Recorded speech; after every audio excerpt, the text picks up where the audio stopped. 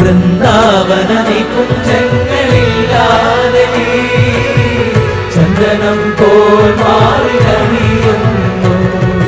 വൃന്ദാവനമി കുഞ്ചങ്ങളില്ലാതെ ചന്ദനം പോൽ മാറിലണിയുന്നു.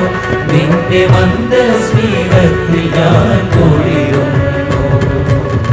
പറയരുതേ രാധയറിയരുതേ.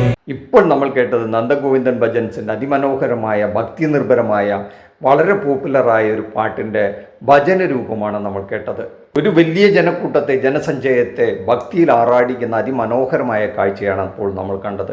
ആ ജനക്കൂട്ടമാകെ ഭക്തിയിൽ അങ്ങ് ആറാടുകയാണ്, അല്ലെങ്കിൽ ആ ഗാനത്തിൻ്റെ മാസ്മരികതയിൽ അങ്ങ് പൂത്തുലയുന്ന കാഴ്ചയാണ് നമ്മൾ കണ്ടത്. പക്ഷെ നിർഭാഗ്യമെന്ന് പറയട്ടെ, ഈ ഭജന ട്രൂപ്പ് കഴിഞ്ഞ ദിവസം ഒരു വിവാദത്തിൽപ്പെട്ടു എന്നുള്ളതാണ് വലിയ നിർഭാഗ്യകരമായ ഒരു സംഭവം.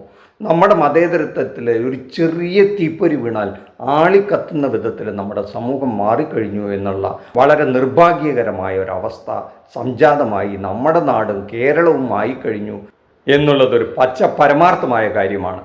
ഈ നന്ദഗോവിന്ദൻ ഭജൻസിൻ്റെ ഹെഡ്ക്വാർട്ടേഴ്സ് എന്ന് പറയുന്നത് കോട്ടയം ജില്ലയാണ്. അവരുടെ ജന്മനാടാണ് ഗായകരുടെ എല്ലാം പലരുടെയും. അവരുടെ നട്ടാശ്ശേരി മഹാവിഷ്ണു ടെമ്പിളിൽ ഉത്സവത്തിനോടനുബന്ധിച്ച് അവിടെ ഈ ഭജൻ നടത്തുന്നു. ആ ഭജൻ പാടുന്നതിനിടയിൽ എന്താണ് സംഭവിച്ചത്, യഥാർത്ഥത്തിൽ ഈ വിവാദത്തിന് കാരണമായത് എന്താണെന്നുള്ളത് അതിൻ്റെ പ്രധാന ഗായകൻ തന്നെ പറയുന്നത് നമുക്കൊന്ന് കേൾക്കാം. ഞാൻ LKG തൊട്ട് പഠിച്ചത് നമ്മുടെ ഇവിടുത്തെ പള്ളി സ്കൂളിലാണ്, നമ്മുടെ ഹോളി ഫാമിലി സ്കൂളിലാണ്. അപ്പോൾ നമുക്ക് ഇവിടെ എല്ലാവർക്കും അറിയായിരിക്കും, എൻ്റെ കുറേ സുഹൃത്തുക്കളൊക്കെ ഇവിടെയുണ്ട്. നമ്മളുടെ ഈ ഭജന നടക്കുമ്പോൾ തന്നെ ഇത്രയും തിരക്ക് വരുന്ന അറിഞ്ഞിട്ട് നമുക്ക് വേണ്ടി പാർക്കിംഗ് സൗകര്യങ്ങൾ എല്ലാവർക്കും തരുന്നത് അവിടുത്തെ പള്ളി ഗ്രൗണ്ടിലാണ്. ദേശവിളക്ക് എന്നുള്ള നമുക്ക് അടുത്ത ദിവസം ഉണ്ട്, നമുക്ക് ദേശവിളക്ക്. ഇപ്പോൾ ദേശവിളക്ക് ഇവിടെ നടക്കുന്ന സമയത്ത് ദേശം മുഴുവൻ വിളക്കുകളാണ്. ആ സമയത്ത് ഇവിടെ പള്ളിയിലും വിളക്കുകൾ എത്തിക്കാറുണ്ട്. അപ്പോൾ അങ്ങനെ പോകുന്നൊരു നാടാണ്.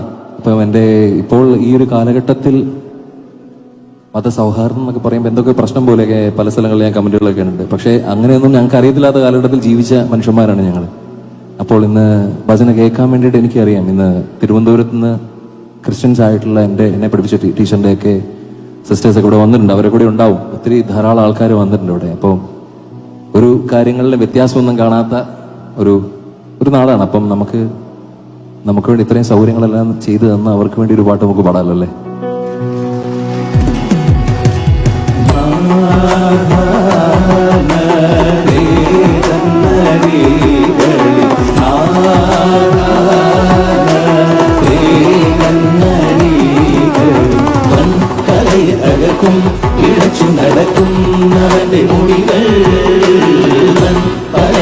വളരെ നിർദോഷകരമായ ഒരു ഗാനം, ഒരു ഭക്തിഗാനം. അത് ക്രിസ്തീയ ഭക്തിഗാനമാണെന്ന് പറയുന്നു. ഏതാണ്ട് 100 വർഷത്തോളം പഴക്കമുള്ള ഒരു ഗാനമാണ്. പക്ഷെ അത് കേട്ട് കഴിഞ്ഞാൽ നമുക്ക് പെട്ടെന്ന് അതൊരു ക്രിസ്തീയ ഭക്തിഗാനമാണോ ഹിന്ദു ഭക്തിഗാനമാണോ എന്നൊന്നും അതിൻ്റെ വരികൾ ശ്രദ്ധിച്ചാൽ, വളരെ ശ്രദ്ധിച്ചിരുന്നാൽ അങ്ങനെ വല്ലതും മനസ്സിലാവുമെന്ന് അറിയില്ല. എനിക്കെന്തായാലും മനസ്സിലായില്ല.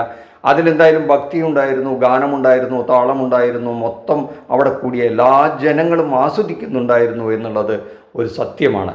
പക്ഷേ അവിടെ ഈ ക്രിസ്തീയ ഗാനം ഈ ക്ഷേത്ര വളപ്പിനകത്താണോ പുറത്താണോ അവിടെ നടന്നതെന്നറിയില്ല. പുറത്താണെന്ന് ചിലർ പറയുന്നു. അങ്ങനെയാണെങ്കിൽ പാടാമെന്ന് പറയുന്നു. അങ്ങനെ അത് വിവാദമായി. നമ്മുടെ നാട്ടിൽ ഇനി ഓരോ കാര്യം ചെയ്യുമ്പോഴും വളരെ ശ്രദ്ധാപൂർവം ചെയ്തില്ലെങ്കിൽ വലിയ അപകടക്കെണിയിലേക്ക് നമ്മുടെ നാട് നീങ്ങുന്നുണ്ട് എന്നുള്ളതിൻ്റെ ഒരു ലക്ഷണമാണ് ഇപ്പോൾ കാണിച്ചിരിക്കുന്നത്. നന്ദഗോവിന്ദൻ ഭജൻസ് ഏതാണ്ട് 2000-ലോ മറ്റോ തുടങ്ങിയതാണ്. ഈ 10-25 വർഷത്തിന് ശേഷം ഈ അടുത്ത കാലത്ത് അവർക്ക് വലിയ ജനപ്രീതി കേരളത്തിലെന്നല്ല വിദേശത്തും പലയിടത്തും, നമ്മുടെ രാജ്യത്തിൻ്റെ പലയിടത്തും വലിയ തോതിൽ അവർക്ക് ലഭിച്ചിട്ടുണ്ട്. ഇവർ പരിപാടി നടത്തുന്നിടത്തെല്ലാം വലിയൊരു ജനക്കൂട്ടമാണ് തടിച്ചുകൂടുന്നത്. ആയിരക്കണക്കിന് ലക്ഷക്കണക്കിന് ആൾക്കാർ ഇവരുടെ പരിപാടികൾ ആസ്വദിക്കുന്നു. ഈ അടുത്ത കാലത്തായിട്ട് ഈ ഭജന എന്ന സംഗീത രൂപത്തിന് വലിയൊരു ജനകീയത കൊണ്ടുവരുന്നതിൽ നന്ദഗോവിന്ദൻ ഭജൻസ് വലിയ റോള് വഹിച്ചിട്ടുണ്ട് എന്നുള്ള കാര്യത്തിൽ തർക്കമില്ല. എന്ന് മാത്രമല്ല, നമ്മുടെ ക്ഷേത്രത്തിലൊക്കെ പണ്ട് ഈ ഗാനമേളകളും നാടകങ്ങളും ഒക്കെ നടത്തിയിരുന്നതിനെ ഒരു റീപ്ലേസ് ചെയ്തുകൊണ്ട് നന്ദഗോവിന്ദൻ ഭജൻസിൻ്റെ ഈ സംഗീത പരിപാടിക്ക് വലിയ അംഗീകാരം കിട്ടിയിട്ടുണ്ട് എന്നുള്ള കാര്യത്തിൽ തർക്കമില്ല. ഇവരുടെ ഈ പരിപാടിയിൽ നിന്ന് ആവേശം ഉൾക്കൊണ്ടുകൊണ്ട് നമ്മുടെ നാട്ടിൻപുറങ്ങളിലുള്ള ചെറിയ ക്ഷേത്രങ്ങളോടനുബന്ധിച്ചിട്ടൊക്കെ കൊച്ചു ഇതുപോലെയുള്ള ഭജന സംഘങ്ങൾ ഉണ്ടായിട്ടുണ്ട്. അവിടുത്തെ ഈ മാതൃസംഘടനകളൊക്കെ ചേർന്നുകൊണ്ട്, പാടാനറിയാവുന്നവരെല്ലാം ചേർന്നുകൊണ്ട് ഒരു ഭജന സംഘങ്ങൾ ഉണ്ടാക്കുന്നതൊക്കെ ഒരു പുതിയ രീതിയായിട്ട് മാറിയിട്ടുണ്ടെന്ന് ഈ വിവാദം ഉയർത്തിക്കൊണ്ടുവന്ന് നമ്മുടെ ഹിന്ദു ഐക്യവേദിയുടെ നേതാവോ മറ്റോ ആയ ശശികല ടീച്ചറാണ്. ശശികല ടീച്ചർക്ക് അവരുടേതായ ചില കാരണങ്ങളുണ്ട്. ആ കാരണങ്ങളും കൂടെ നമുക്കൊന്ന് കേട്ടു നോക്കാം. അവരെല്ലാ പാട്ടുകളും ആസ്വദിക്കുന്നയാളാണ് ഞാൻ. പക്ഷെ ഒരു ക്ഷേത്രത്തിനകത്ത് മറ്റൊരു ഭക്തിഗാനം, അതേപോലെ തന്നെ പള്ളിയിൽ ഹിന്ദു ഭക്തിഗാനവും വേണ്ട. പാപികളെന്ന് വിളിച്ചത് സംഘികളെയല്ല, ഹിന്ദുക്കളെയാണ് വിളിച്ചത് പാപികളെയെന്ന്. നരകത്തിൽ പോകുമെന്ന് പറഞ്ഞത് സംഘികൾ പോകുന്നല്ല പറഞ്ഞത്, ഹിന്ദുക്കൾ. അപ്പോൾ ഇതൊക്കെ ഒരു കാലത്ത് ക്ഷേത്രം ശ്രദ്ധിക്കാൻ ആളില്ലാത്ത കാലത്ത് നടന്നിട്ടുണ്ട്. ഭഗവാൻ കാലുമാറുന്നു, അല്ലെങ്കിൽ നിങ്ങൾ എന്നെ കമ്മ്യൂണിസ്റ്റാക്കി, ഇതുപോലുള്ള നാടകങ്ങൾ. അപ്പോൾ അതിനെയൊക്കെ അതിജീവിച്ചാണ് ഇന്ന് ക്ഷേത്രകലകളിലേക്കും ക്ഷേത്രഭജനയിലേക്കും ഒക്കെ നമ്മൾ ആ ക്ഷേത്രത്തെ തിരിച്ചെത്തിച്ചത്. എനിക്ക് ക്രിസ്തീയ ഭക്തിഗാനമൊക്കെ നല്ല ഇഷ്ടമാണ്, നല്ല ട്യൂണിൽ പാടുന്ന എല്ലാ ക്രിസ്തീയ ഭക്തിഗാനും എനിക്കിഷ്ടമായി, മാപ്പിളപ്പാട്ട് എനിക്കിഷ്ടമാണ്. പക്ഷേ അത് ക്ഷേത്രത്തിലല്ല, അത് പൊതുസ്ഥലത്താവട്ടെ, അവരുടെ വേദികളിലാകട്ടെ, അവർ കാസറ്റാക്കിയിട്ട് നമ്മളൊക്കെ കേൾക്കാം. ഒന്നിനോട് ഒരു തരത്തിലുള്ള അലർജി ഇല്ല. പക്ഷേ കുറിക്കുന്നത് കുറിക്കല്യാണത്തിന് ഇന്നത് എന്നുണ്ട്. അമ്പലത്തിനകത്ത് വരുന്നവരിൽ കൂടുതൽ പേര് മദ്യം കഴിക്കാൻ ഇഷ്ടപ്പെടുന്നവരാണ് എന്ന് പറഞ്ഞാൽ, ഇപ്പോൾ അവിടെ ഗാനമേളയ്ക്ക് വന്നവരിൽ അല്ലെങ്കിൽ ഭജന കാണാൻ വന്നവരിൽ ധാരാളം ആളുകൾ മദ്യം കഴിക്കുന്നവരാണ്, അവർ പിന്നെ സംഭാവന കൊടുത്തിട്ടുണ്ട് എന്ന് പറഞ്ഞാൽ അടിച്ചങ്ങ് പൂസായി കുടിച്ചങ്ങ് പാലായി എന്നുള്ള പാട്ട് അമ്പലത്തിൽ പാടാൻ പറ്റും. അപ്പോൾ എന്തുകൊണ്ടാണ് ശശികല ടീച്ചർ ഈ നന്ദഗോവിന്ദം ഭജൻസ് ഈ ക്രിസ്തീയ ഗാനം അവിടെ പാടിയതിനെ എതിർത്തതെന്ന് ഇപ്പോൾ ഏകദേശം പിടികിട്ടിയല്ലോ നമുക്ക്. അവർക്ക് അതിനകത്ത് ഒരു സ്റ്റാൻഡുണ്ട്, ഒരു ലോജിക് ഉണ്ട്. അവർക്ക് ക്രിസ്തീയ ഗാനമൊക്കെ വലിയ ഇഷ്ടമാണ്, അത്രേ മാപ്പിളപ്പാട്ടുകളും ഇഷ്ടമാണ്. പക്ഷെ അത് അതാത് സ്ഥലത്ത് പാടേണ്ടതാണ്, ഇവിടെ പാടാൻ പാടില്ല എന്നാണ് അവർ പറഞ്ഞതിൻ്റെ ഉദ്ദേശം. ക്ഷേത്രങ്ങളിൽ ഹിന്ദു പാട്ടുകൾ പാടിക്കോട്ടെ, ക്രിസ്തീയ ഗാനങ്ങൾ ക്രിസ്ത്യൻ പള്ളികളിൽ പാടിക്കോട്ടെ, മുസ്ലിങ്ങളുടെ പാട്ടുകൾ മുസ്ലിങ്ങളുടെ ആരാധനാലയങ്ങളിലോ അല്ലെങ്കിൽ അവരുടേതായ സ്ഥലങ്ങളിലോ പാടിക്കോട്ടെ എന്നിട്ടുള്ള വളരെ പക്വമായ ഒരു മറുപടിയാണ് കേട്ടോ. എന്താണ് അപ്പോൾ അതിനകത്ത് തെറ്റെന്ന് നമുക്ക് പെട്ടെന്ന് തോന്നില്ലേ? അത്ര വിശാലമായ ഒരു മതേതരമായിട്ടൊന്നും ചിന്തിക്കാനുള്ള ഒരു മനസ്സവർക്കില്ല എന്നുള്ളതാണ് സത്യം. ഇതൊക്കെ ഒരു 10, 30, 40 കൊല്ലം മുമ്പ് നിങ്ങൾ എന്നെ കമ്മ്യൂണിസ്റ്റാക്കി അല്ലെങ്കിൽ ഭഗവാൻ കാലുമാറുന്നു തുടങ്ങിയ നാടകങ്ങളൊക്കെ എല്ലാ ക്ഷേത്ര മൈതാനങ്ങളിലും വലിയ തോതിൽ കളിച്ചിരുന്നു. അന്നൊന്നും ആരും എതിർത്തിരുന്നില്ല. അന്ന് കേരള സമൂഹം ഒരു നവോത്ഥാന കാലഘട്ടത്തിലൂടെ സഞ്ചരിക്കുകയായിരുന്നു എന്നുള്ളതാണ് യാഥാർത്ഥ്യം. ഇന്ന് ആ കാലഘട്ടം മാറി. രാജ്യത്തെയും നമ്മുടെ കൊച്ചു കേരളത്തിൻ്റെയും രാഷ്ട്രീയ സാമൂഹ്യ കാലാവസ്ഥയ്ക്ക് വലിയ മാറ്റം വന്നിരിക്കുന്നു എന്നുള്ള ഒരു തിരിച്ചറിവ് ഉൾക്കൊണ്ടിട്ടില്ലെങ്കിൽ ഇത്തരം അനുഭവങ്ങൾ വരും ദിവസങ്ങളിൽ തുടർന്നുമുണ്ടാവും എന്നുള്ള കാര്യത്തിൽ തർക്കമില്ല.